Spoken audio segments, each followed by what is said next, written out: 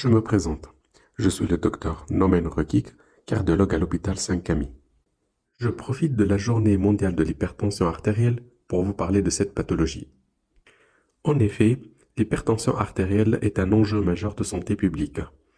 Elle est devenue un des motifs de consultation les plus fréquents, représentant la première cause de prescription médicamenteuse. Concernant sa symptomatologie, l'hypertension artérielle non compliquée est parfaitement asymptomatique.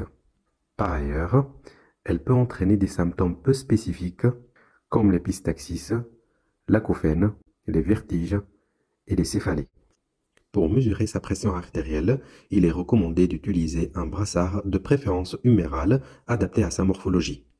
De façon consensuelle, l'hypertension artérielle est définie par une pression artérielle systolique ou maximale supérieure ou égale à 140 mm de mercure et ou une pression artérielle diastolique ou minimale supérieure ou égale à 90 mm de mercure au brassard mesuré au cabinet médical et confirmé au minimum par 2 mesures par consultation au cours de 3 consultations successives sur une période de 3 à 6 mois.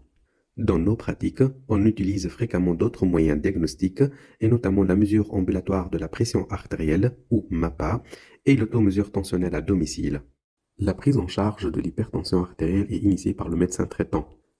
Un bilan cardiologique est recommandé et permettra de rechercher des signes en faveur d'une hypertension artérielle secondaire, de rechercher d'autres facteurs de risque cardiovasculaire, et de réaliser le bilan de retentissement de l'hypertension artérielle sur les organes cibles, notamment le cœur, les vaisseaux, les reins, les yeux et le cerveau.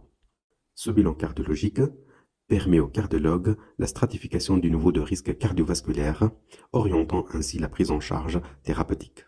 Le traitement de l'hypertension artérielle comporte des mesures générales, notamment les règles hygiéno-diététiques, le régime pauvre en sel entre 5 et 6 grammes de sel par 24 heures, le contrôle des autres facteurs de risque cardiovasculaire, le sevrage tabagique, la modération de la consommation d'alcool et la pratique d'une activité physique régulière. Concernant le traitement médicamenteux, il est largement prescrit et dépend du bilan réalisé et du profil de chaque patient. Pour finir, je souhaite insister sur l'observance du traitement qui représente le seul garant de l'équilibre tensionnel. Merci pour votre attention.